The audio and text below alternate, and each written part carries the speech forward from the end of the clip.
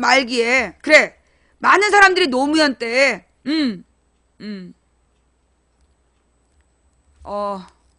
그래요. 많은 사람들이 노무현 정부 때 그 이제 노무현 대통령이 살아있을 때는 관심들이 없었어. 왜냐하면 이제 노무현 대통령이 5년 이후로 인기가 없었잖아. 그리고 2006년부터 노무현 대통령이 너무 욕을 먹었기 때문에 그때 막 자기네들이 친노 키즈라고 했던 애들이 나는 손학규야, 나는 정동영이야 하면서 다 가버렸잖아. 그리고 이제 이 노무현 대통령 혼자 비참하게 남아있고 청와대에서 진짜 개쓰레기들이 쓰레기짓을 골라서 하고 막 웬 학력 위조 여자가 왔다 갔다 하고 뭐 우리는 사랑했기 때문에 아우 지랄 연병을 하는 그런 청와대를 보면서 노무현 그러면 개쓰레기 집단 그랬어요. 2007년 상황이요. 노무현 그러면 개쓰레기 집단으로 보였어. 그것도 그 가을에 그랬다니까. 대통령 선거 앞두고 그랬어. 그런 일들이 노무현 정권에서 벌어졌기 때문에 이 노무현 정부 이후에 야권이 다시는 집권하기 어렵다라는 지경에 이르게 돼. 그러니까 이제 이명박이 대통령이 되는 거야. 이명박 대세가. 이명박이 어떻게 했어요? 이명박이 수백조 원을 날린 거 아니야. 노무현 때 그렇게 나라를 말아먹었다고 지랄 연병을 하더니 이명박과 대기업이 온 나라를 다 털어먹었어. 그렇잖아. 이명박 때 국가 부채가 확 늘어나고 박근혜 때 더 늘어났어. 그러니까 이명박 때 국가 부채가 늘어나고 박근혜 때 개인 부채가 늘어나. 가계 부채가. 이런 식으로 완전히 나라를 말아먹는데 이명박 때 특징은 뭐냐면 4대강, 그 다음에 자원외교 비리, 그 다음에 방위산업 비리 이걸 통해서 수백조 원을 대기업이랑 이명박이랑 해먹고 튄 거야. 먹튀를 한 거야. 그 다음에 박근혜가 집권을 했어. 우리가 이명박을 보면서 이명박이가 평사원에서 CEO가 됐던 기적처럼 우리 정말 힘든 서민들을 전부 다 사장님 만들어주는 줄 알고 뽑아줬는데 이 썩을 놈이 다 헤쳐먹고 튀었어. 먹튀를 한 거야. 그래서 그 사기꾼 새끼한테 처음부터 정권을 주면 안 됐다. 그래서 서민들을 먹여 살렸던 박정희의 딸 박근혜에게 정권을 주면 우리를 먹여 살려줄 거다. 어머 그랬더니 박근혜와 양아치 군단이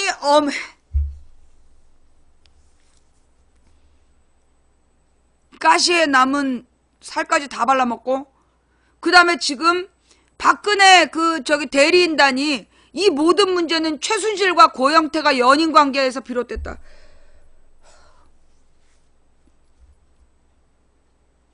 주여.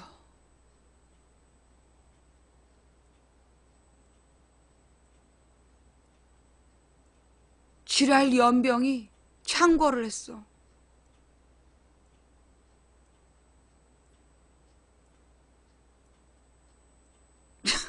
기가 막히죠? 결국 이명박과 박근혜를 만든 건 뭐였을까? 이명박과 박근혜를 대통령을 만든 건 뭐였을까?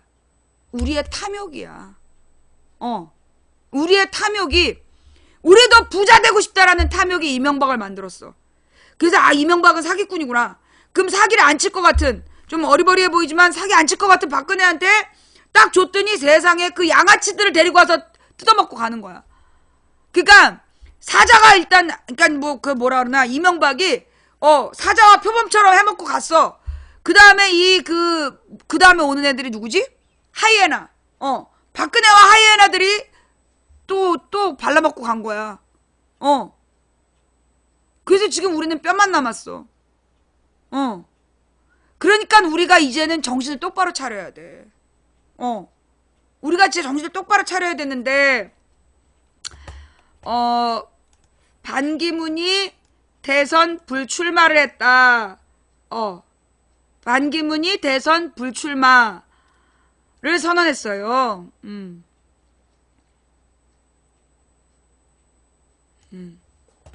자, 이게 지금,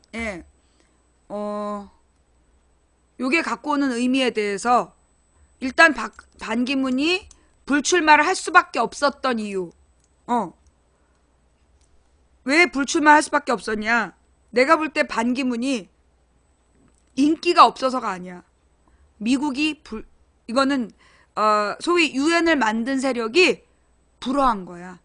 내가 그랬잖아. 미국이 반대한 거라고. 미국에서 반기문의 출마를 반대한 거야. 그러니까 반기문이 한국으로 들어오기 전날 반기문 동생하고 조카를 체포했잖아. 그런데 그걸 우리나라 언론에서 막 묻어버리면서 반기문에 막 열풍 불었단 말이야. 그러니까 미국에서 반기문의 또 다른 동생의 실명을 거론하면서 걔 체포해서 보내라 라고 얘기했잖아. 그건 뭘 의미하냐? 미국에서 반기문 안 된다고 얘기한 거야. 정확하게는 유엔을 만든 세력.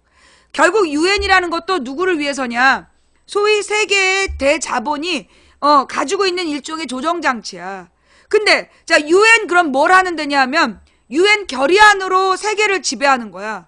근데 유엔 결의안에 그 유엔 사무총장이 출마하면 안 된다. 출마를 하지 않는 게 좋겠다라고 나와 있는데, 한마디로 그래서 그걸 불문율 묻지 않고 지키고 있었는데 반기문이 그걸 어기는 첫 번째 사무총장이 된 거잖아. 그렇게 되면 반기문 이후에 반기문이 우리나라 대통령으로 출마하고 나면 더 이상 유엔 그 결의안이라는 건 아무 의미가 없는 거야. 미국 입장에서는 북한을 제재할 길이 없는 거야. 유엔에서 북한을 제재할 길이 없는 거야. 지금 미국에서 계속 유엔을 통해서 그 북한 제재 결의안을 만들어냈단 말이야. 근데 이 반기문이 출마하는 순간 유엔 결의안 아무것도 아니네가 돼버리는 거야. 그래서 유엔에서 반기문의 출마를 반대한 거예요. 그래갖고 어젠가 그저께 유엔 감사를 담당했던 사람이 아주 장문의 기고를 한 거야. 장문의 기고를 해가지고 반기문이 아주 무능한 사무총장이었다. 그런 얘기를 기사로 썼어요. 그거 한번 갖고 와봐봐. 그건 뭔 얘기냐냐. 국제사회에서 반기문이 한국의 대통령 되는 걸 반대한 거야. 예. 이거는 반기문이 우리나라에서 뭐 언 땅이라서가 아니라, 그러니까 임명진이나 새누리당이 반기문이 텐트 못 칠 거라고 얘기한 이유가 뭐냐. 미국이 불허한다는 걸 안 거야. 미국이 불허한다는 걸 알아서 그래서 포기한 거예요. 예. 반기문이 그렇게 인기가 없지 않았어.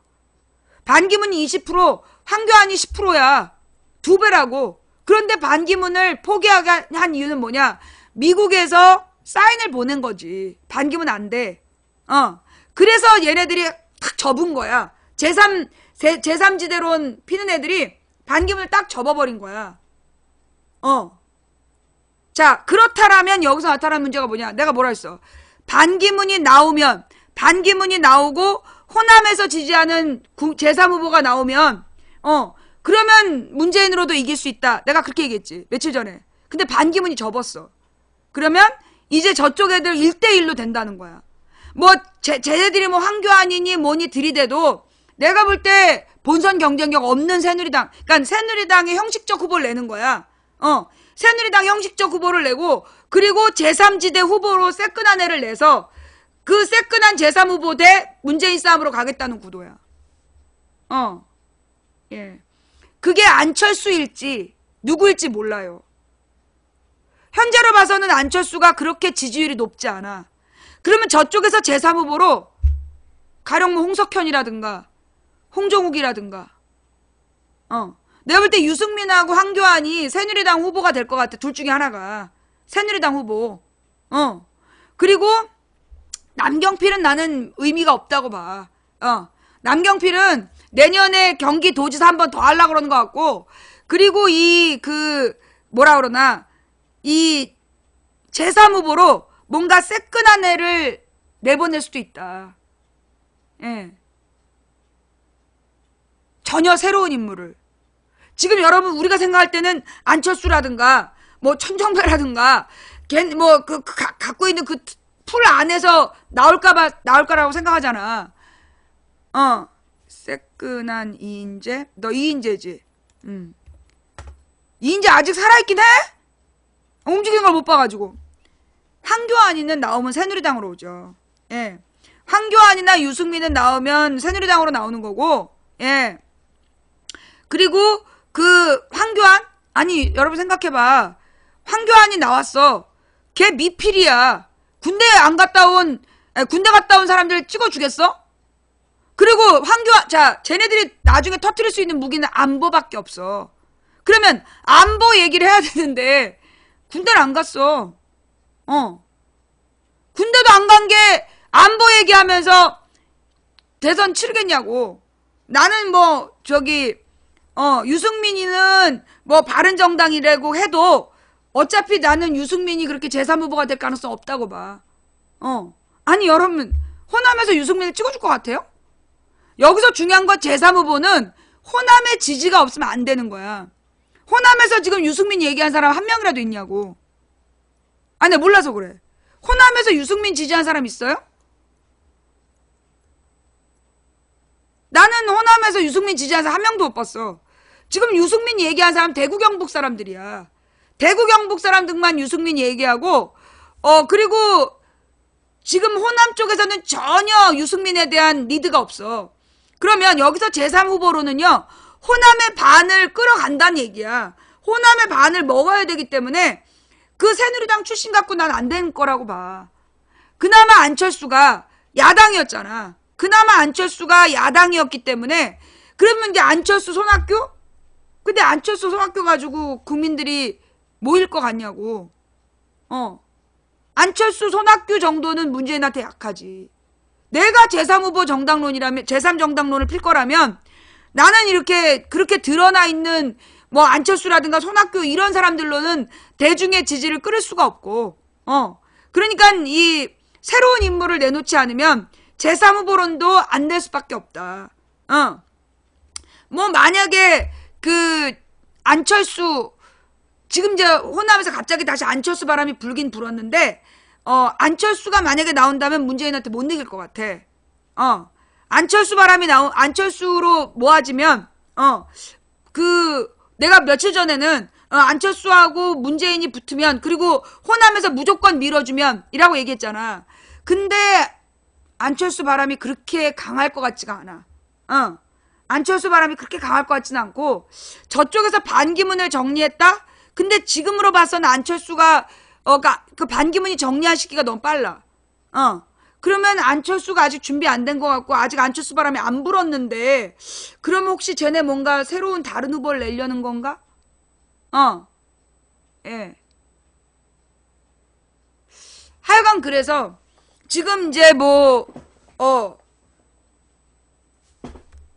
안철수가 지금 호남표도 절반 이상 먹기 어려울 것 같아.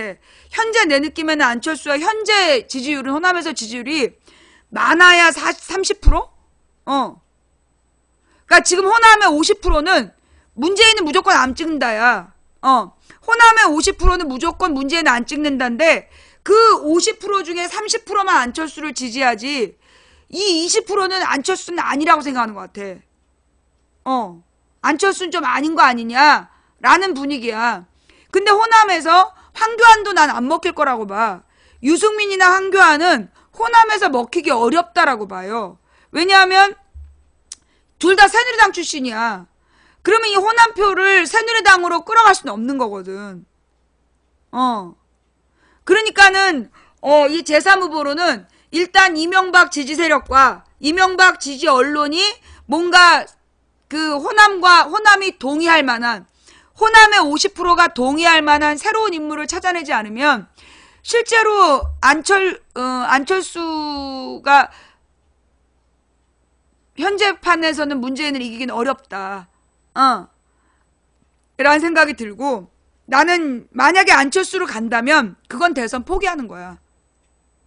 만약에 저쪽에서 대선을 진짜 이기고 싶으면 제3후보 정당에서 뭐 홍석천이라든가 아니면 뭐 그 새로운 인물을 낸다면 그건 진짜 대선에 마음이 있다는 거고 그게 아니라 지금 저 도토리들을 데리고 하겠다는 얘기는 이명박 쪽에서 대선 놨다는 얘기야. 대선은 별 관심 없다. 지방선거를 잡겠다. 그래서 지방선거에서 도지사, 경기도지사, 서울시장 두 개를 목적으로 할 수 있어. 내가 볼 때 쟤네들이 대선 내주고 경기도지사하고 서울시장을 잡으면 그게 더 유리해. 내가 홍석천이라 그랬어? 미안해요. 홍석천 말고 그 홍석현. 중앙일보 사장. 예. 홍석현. 미안해요. 오늘 아침에 홍석천을 봐가지고 그 홍석천이 안희정더러 잘생겼다 그랬다며. 그래서 안희정이 혹시 게이 아니냐고. 미안해요. 그래서 충격받았어. 홍석현. 중앙일보가 홍라희의 남매가 홍라희 남매가 나온다라면 홍라희의 남매가 나온다라면 그건 뭔가 해보겠다는 뜻이야. 그런데 그러니까 나한테 제보가 들어온 게 저쪽에서 다음 후보로 홍석현을 준비하는 것 같아요라는 제보가 들어왔어요. 만약에 홍석현 카드를 깔려면 지금 까야 되거든. 지금 만약에 깐다면 예 가능하겠지. 근데 왠지 쟤네들이 아직은 준비를 안 하고 있어. 그럼 뭘까? 자, 여기서 우리가 중요한 거. 요 얘기를 한번 같이 듣고 나서 얘기를 해야 돼. 반기문 불출마의 의미.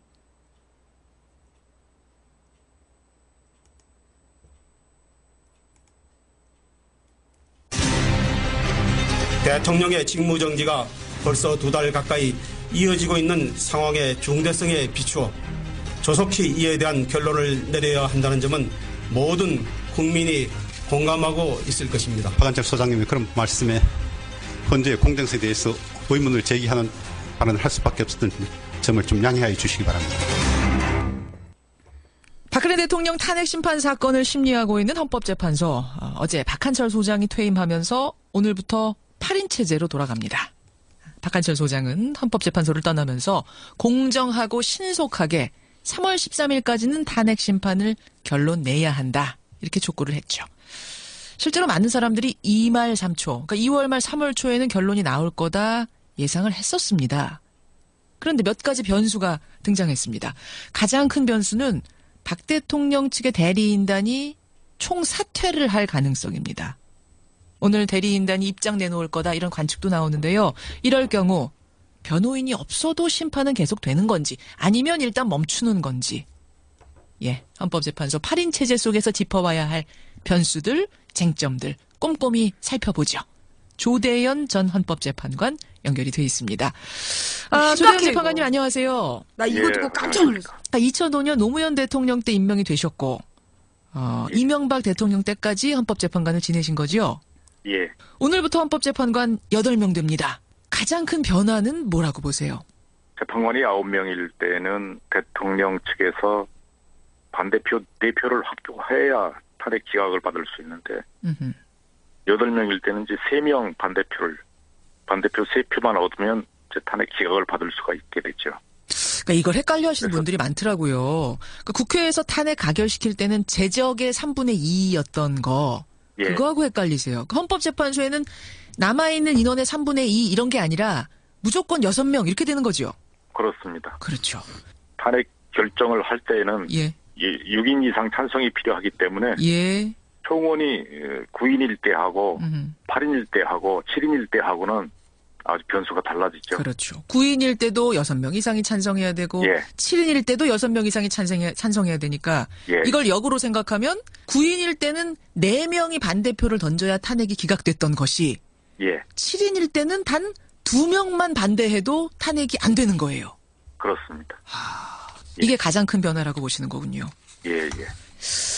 이정미 재판관 임기가 3월 13일까지인데 예. 이때까지 심판 결론 나지 않으면 그냥 7인인 상황으로 가는 건가요? 그게 이제 변수죠. 지금 일부 헌법학자들하고 일부 정치인들이 권한대행은 저 재판관 임명하면 안 된다고 지금 하니까 황교안 대행. 예. 그런 입장에 의하면 이정미 재판관 퇴임 후에는 후임자 없이 7인 체제로 가게 된다는 거죠. 그렇죠. 그런데 그때 7인 체제로 가게 되면 대통령 측에서는 2사람 반대표만 얻으면 예. 탄핵 기각받을 수가 있게 되니까 대통령 측에서는 3월 13일 이후에 7인 체제에서 재판받기를 원하게 되겠죠. 원할 수밖에 없는. 이거야. 이럴 경우에 결과가 왜곡될 수도 있다고 보세요? 헌법은 6인 이상 찬성을 얻으라고 그랬는데 예. 그건 9명을 전제로 하는 개념이고요. 음흠. 그런데 이게 임기 만료 전에 후임자 임명이 안 돼서 공석이 생기게 되면 예. 헌법이 뜻이 왜곡되죠. 9인일 때 6명이면 3분의 2인데 7인일 때 6명이면 86%가 되거든요. 그렇죠. 그래서 왜곡되지 않게 그게 어느 쪽? 그러니까 지금 이게 조대현이라는 전 헌법재판관이야. 그 사람이 지금 인터뷰를 하고 있고요. 여기까지 나온 핵심이 뭐냐 하면 지금 박한철이 그만뒀어. 그러면 이제 8명 중에서 3명만 탄핵에 반대하면 기각된다는 얘기야. 7명이 되면 2명만 탄핵에 반대해도 기각된다는 얘기고. 이거 진짜 심각한 문제야. 우리가 지금 내가 볼 때 쟤네 그래서 대선을 준비 안 하는 것 같아. 계속 시간을 끌어갖고 기각시키겠다는 얘기 같아. 결론이든 왜곡되지 않게 예. 최대한 8인일 때 적어도 8인일 땐 돼야 된다는 생각을 지금 하고 있다. 이런 말씀. 예. 이런 와중에 박 대통령 측의 변호인들이 총사퇴할 가능성이 있답니다. 명분은 박한철 소장이 3월 13일이 시한이다. 이렇게 얘기한 걸 두고 공정성 시비를 들고 있어요. 이르면 오늘 이제 10차 변론인데 오늘 이 자리에서 총사퇴 입장을 밝힐 수도 있다는 보도들도 나오고 있는데요. 예.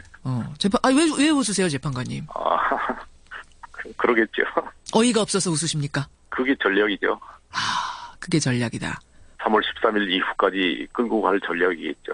아니, 근데 대통령 변호사들이 사퇴한다고 해서 심판 못 하나요? 그게 견해가 차이가 있을 겁니다. 탄핵 심판이기 때문에 예. 피청구인이 출석하면 재판할 수 있다는 얘기가 있고, 예. 피청구인도 사인이기 때문에 변호사를 선임해야만 변론할 수 있다는 견해도 있고, 견해 차이가 있을 겁니다. 제가 좀 찾아봤어요. 헌법재판소법을 찾아보니까 25조에 이렇게 써 있습니다. 예. 각종 심판 절차에서 당사자인 사인은 변호사를 대리인으로 선임하지 않으면 심판 청구를 하거나 수행하지 못한다. 예. 당사자인 사인, 예. 사사로운 개인, 사인 이렇게 돼 있단 말이에요. 이걸 어떻게 해석하냐인데 예. 대통령을 사인으로 볼 것이냐 국가기관으로 볼 것이냐.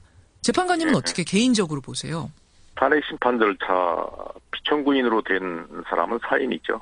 아니 3부 요인 중에 하나고 사사로운 개인이라고 보기에는 거의 공공기관 아닙니까? 그게 국가기관으로서 권한쟁의 심판을 하거나 무슨 때는 국가기관인데 탄핵 절차는 징계 절차의 대상자거든요. 공무원 신분에 불과하고 사인입니다.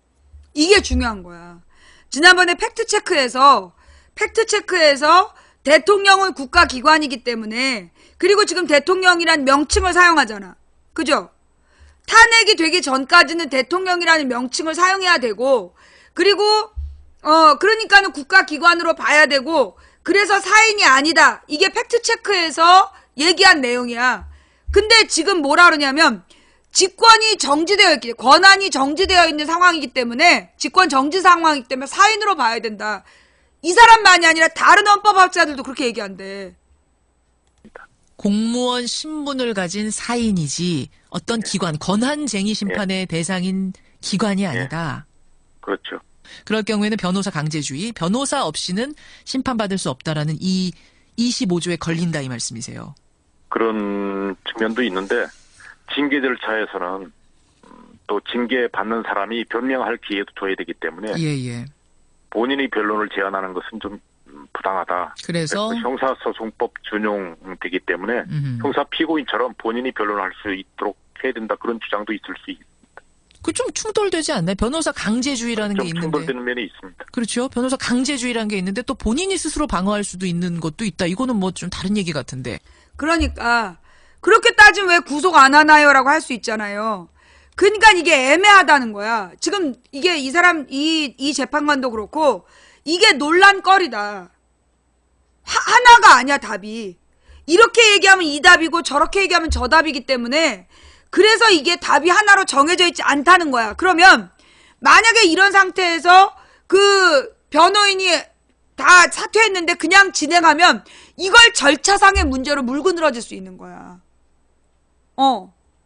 견해가 대립되는 상태에서 견해가 대립되는 상태에서 하나로 딱 정해지지 않는데 그걸 지금 아무도 정할 수 없어.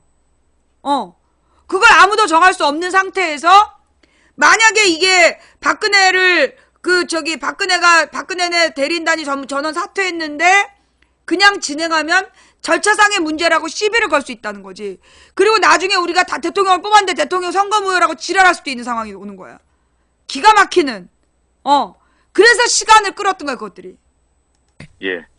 그건 뭐 하여튼 법리적으로 어려운 문제니까요. 넘어갑시다. 그렇군요. 그러니까 법리적으로 지금 이 해석이 조금 분분할 수 있는 예, 부분이군요. 분분할 수 있습니다. 그러니까 논란이 될 수 있다는 얘기는 논란이 되면 시간이 더 끌어질 수 있다는 얘기예요. 예. 그렇게 보시면 조대현 재판관 개인적으로 보시기에는 사인으로 본다. 사인으로 보고 형사소송법이 국선 변호인 규정을 준용해서 해야 되지 않을까 그런 생각이 듭니다. 예. 어쨌든 그때까지는 멈춰야 된다는 입장이신 거군요. 법리적으로 볼 때. 예. 국선 변호인 진행하더라도 예. 이제 그때 이제 다시 이 사선 변호인사 선임하면 또 바뀌죠. 사선 변호사 선임하면 국선 대리인 선정하는 것은 효력이 없어지니까. 예, 예. 아, 이게 복잡한 문제군요, 정말. 그러니까 3월 13일 이후까지 지연될 가능성도 있습니다. 그래요. 아니, 또 왜 그럴까요? 왜 굳이 변호사를 사퇴시키고 누구를 추가했다, 뺐다, 왜 이렇게 지연 작전을 쓰려는 걸까요? 아니, 8인 체제보다 7인 체제가 유리하니까요. 유리하니까. 그 얘기는 예. 9인 체제일 때도 탄핵 기각될 거라는 자신이 있으면, 그러니까 승산이 있으면 이러지 않을 텐데 좀 승산이 없는, 자신감이 부족한 걸까요? 아, 그렇죠. 그렇다고 봐야죠. 아하.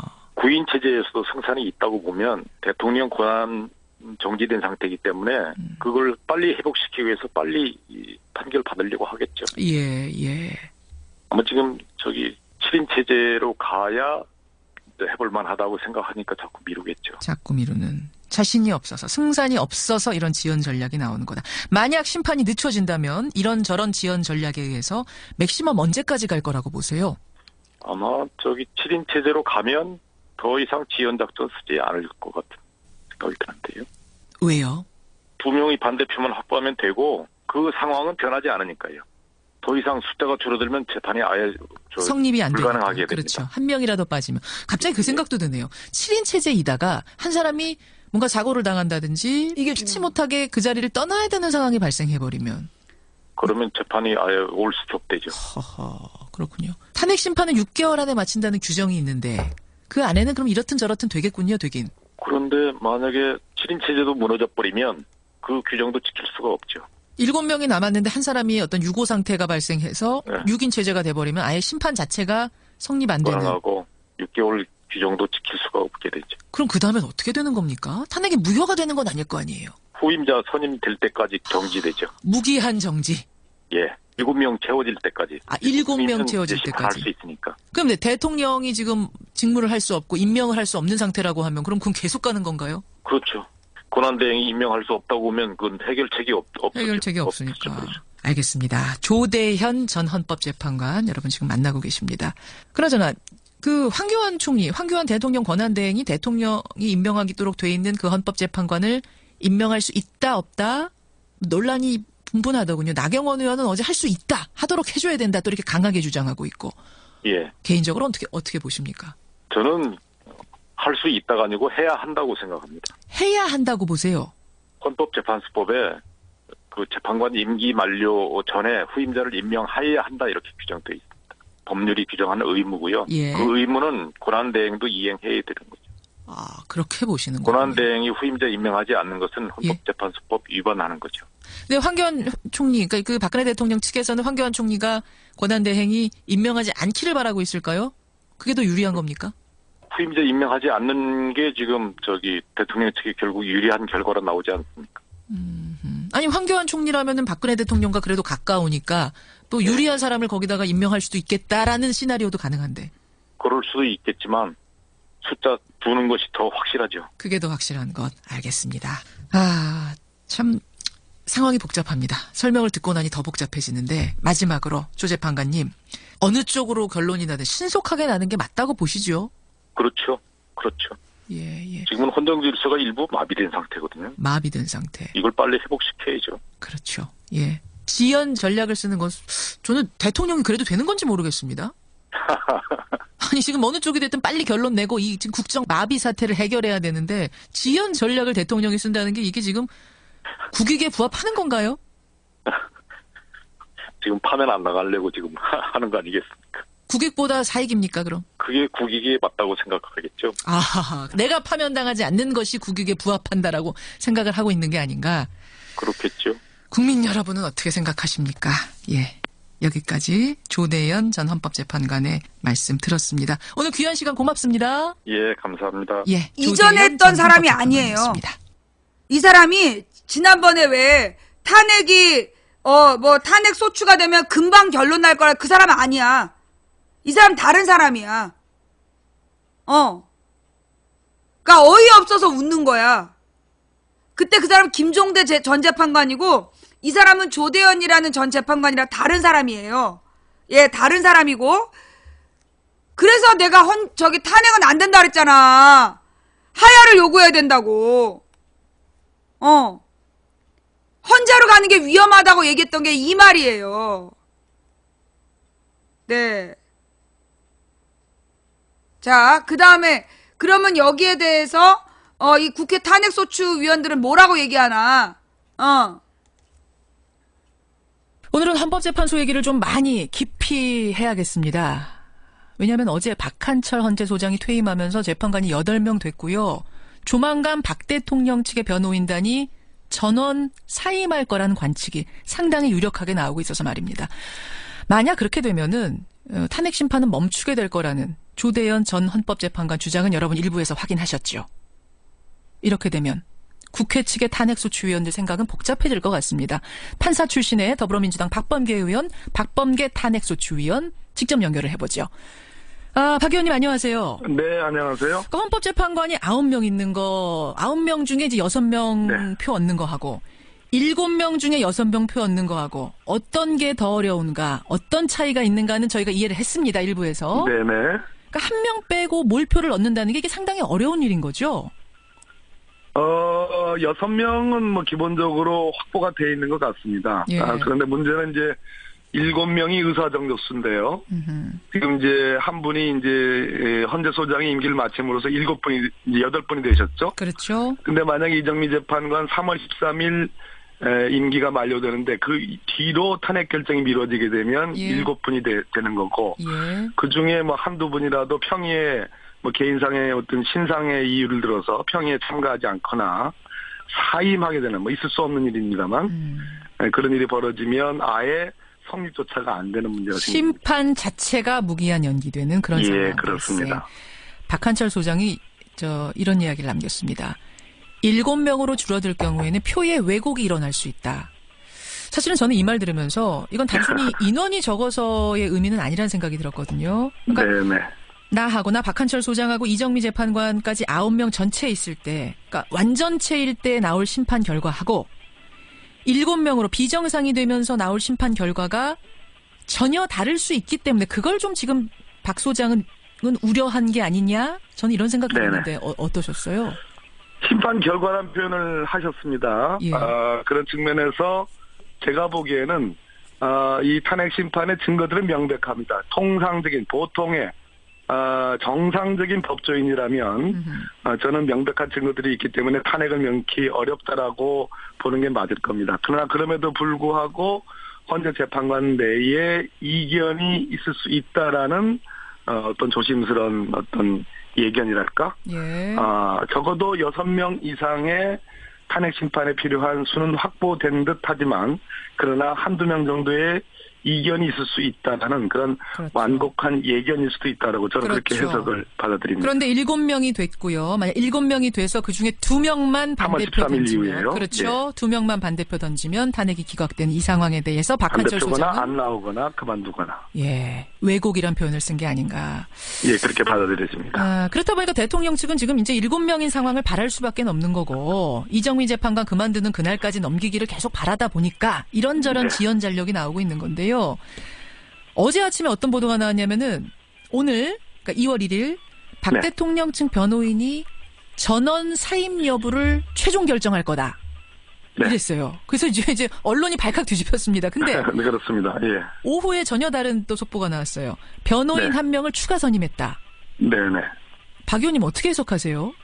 그래서 저는 추가 선임한 것은 특별한 의미가 있어 보이지 않고요. 어떠한 그 뭐 개인적인 특징 같은 것이 발견되지 않습니다. 여전히 전원 사태의 프레임은 여전히 남아있다고 보여지고요. 그 시점은 언제냐? 오늘 오늘 유임한다 이렇게 얘기할 수도 있겠습니다만은 그럼에도 불구하고 이것이 꺼진 불이 아닌 게 2월 14일 혹은 16일. 예. 지금 헌재가 증인신문 기일로 잡혀놓은 마지막 기일이 2월 9일인데 그렇죠. 추가 신문이 있을 수 있거든요. 그렇죠. 그것이 2월 14일 아니면 16일입니다. 예. 이때에 적어도 2월 9일에 현재까지 채택된 증인을 놓고 보면 예. 대통령 측 대리인들이 신청한 증인들의 신문을 마치고 그 두 신문을 마치고 저는 2월 14일, 16일을 겨냥한 전원 사퇴의 카드를 뽑아둘 수도 있다. 여전히 그렇게 해석을 합니다. 최대한 시간을 끌어야 되니까 일단 14일까지 쓸 수 있는 것까지 다 쓰고 그 14일 날 본인들이 신청한 증인들은 유리하니까 다 쓰고 다 신문을 마치고 14일 날 그 뒤에 전원 사퇴 카드는 아직 남아있는 카드 아닌가 싶습니다. 자, 그러면 이제 그렇게 될 경우 만약 네. 대통령의 변호사들이 다 사퇴했어요. 이럴 경우에 심판은 어떻게 될 것인가? 앞에서 조대현 전 헌법재판관은 네. 대통령을 사인으로 이분은 해석을 하세요. 맞습니다. 그것이. 네. 그렇기 때문에 변호사 강제주의, 반드시 변호사가 있어야지만 탄핵 심판이 진행이 된다. 요거에 의해서 심판은 멈출 거다라는 게 그분 판단인데 박범계 의원은 그렇게 말씀하셨어요.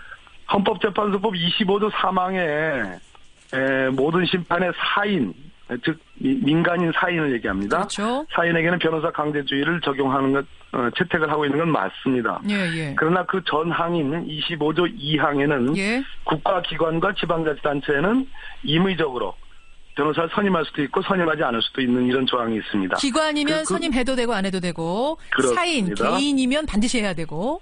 그렇습니다. 대통령은 25조 2항의 국가기관에 해당합니다. 대한민국 최고의 공직자죠.